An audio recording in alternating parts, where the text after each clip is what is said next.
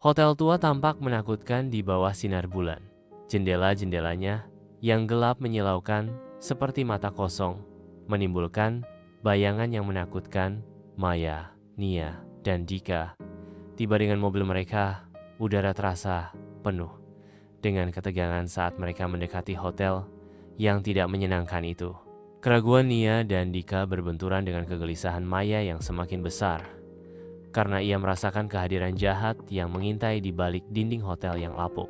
Di kamar hotel yang sederhana namun dingin, Maya, Nia, dan Dika merasakan ketidaknyamanan yang merayap di samping kamar nomor 13. Dalam suasana tegang, Dika melontarkan candaan tentang memasuki kamar terkutuk itu, memicu kecemasan yang mendalam pada diri Maya dan Nia. Dipicu oleh rasa ingin tahu yang tak tertahankan, mereka memutuskan untuk mengintip ke dalam misteri kamar nomor 13. Pintu menuju ketegangan yang tak terduga.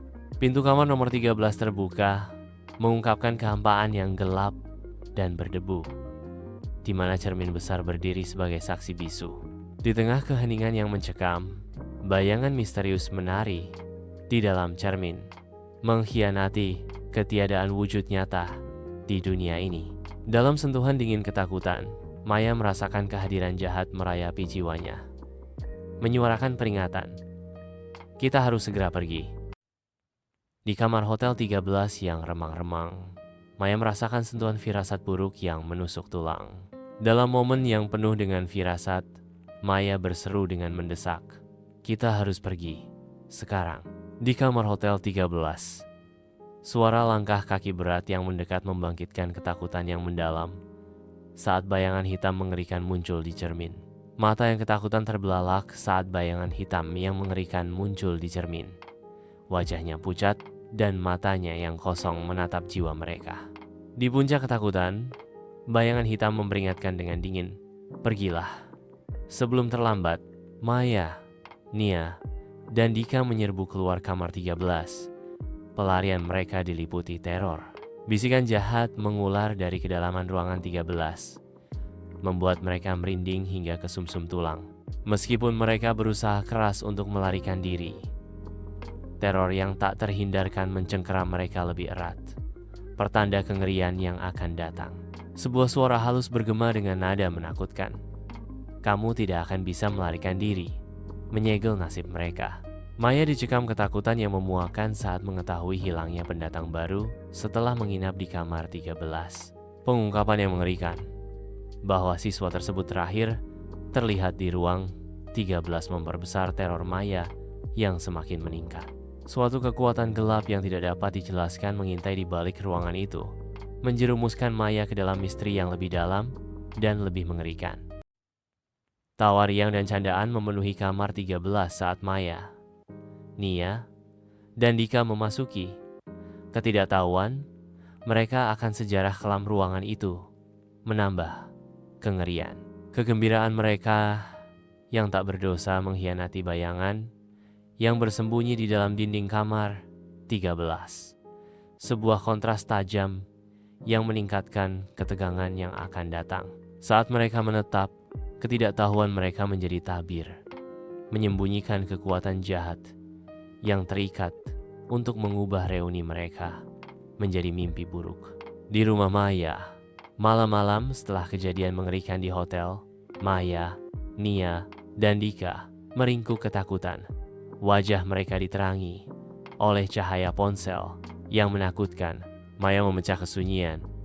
Suaranya bergetar saat dia memperingatkan, "Kamar 13 akan menuntut kalian kembali." Keheningan Nia pecah oleh sebuah pengakuan. "Aku mimpi buruk," mengungkapkan kengerian yang menghantui tidurnya. Dika mengaku, "Saya merasa aneh setiap kali berada di dekat hotel itu, berbagi sensasi tidak menyenangkan yang terus menghantuinya." Ketegangan meningkat, beban tak terlihat menekan saat mereka menghadapi kenyataan sesuatu yang jauh lebih jahat dari yang dibayangkan. Dalam pelukan dingin lobi hotel, Maya, Nia, dan Dika kembali. Wajah mereka terukir dengan ketakutan dan kegelisahan. Setiap langkah bergema dengan ketakutan saat mereka berjalan menuju kamar 13. Hati mereka berat dengan beban malapetaka yang akan datang. Keheningan hotel memperkuat ketakutan mereka. Setiap bayangan menjadi pengingat akan kutukan yang mengikat mereka ke tempat yang terlupakan ini. Mengetahui taruhannya, mereka menjelajah lebih dalam ke jurang maut, mempertaruhkan segalanya demi kesempatan untuk penebusan atau kehancuran. Di bawah selubung malam, Maya, Nia, dan Dika tiba di sebuah hotel terpencil. Bayang-bayangnya terentang panjang dan mengancam di bawah lampu jalan yang redup. Pertukaran pandang gugup yang sunyi terjadi di antara mereka, mengisyaratkan kengerian yang berada tepat di balik pintu hotel. Dengan napas tertahan, mereka melangkah ke jurang. Nasib mereka tersegel dengan setiap langkah ke tempat yang tidak diketahui. Lorong hotel yang sunyi dan gelap membentang panjang, dengan lampu-lampu redup yang menambah suasana misterius dan menakutkan. Setiap langkah hati-hati, mereka bergema di lorong yang sunyi, semakin memperkuat perasaan cemas dan antisipasi tentang apa yang mungkin ada di depan. Pintu menuju kamar 13 berderit terbuka dengan sendirinya, memanggil Maya dan teman-temannya ke alam kekacauan dan kegelapan. Di dalam ruangan yang penuh kekacauan, sebuah cermin besar yang retak menyembunyikan rahasia yang menakutkan. Pantulan seorang wanita pucat dengan senyum sinis. Dari kedalaman cermin, tangan-tangan bayangan muncul, meraih untuk menjerat penyusup yang tidak curiga ke dalam mimpi buruk. Dalam kilas balik yang menghantui, kamar 13 menjadi saksi bisu jeritan wanita yang memilukan dan perjuangan sia-sia sebelum lenyap secara misterius ke dalam cermin. Cermin itu gerbang menuju yang tidak diketahui, memantulkan wajah wanita yang ketakutan saat dia ditarik ke dalam kegelapan abadi. Saat wanita itu menghilang, keheningan menggantung di udara, hanya dipecahkan oleh bisikan samar dari dunia lain. Muncul dari hotel depan, Maya, Nia, dan Dika menanggung beban kelelahan dan teror. Wajah mereka bermandikan matahari pagi. Bayangan mengerikan kamar 13 masih membekas di mata mereka, pengingat menghantui akan kengerian yang telah mereka saksikan.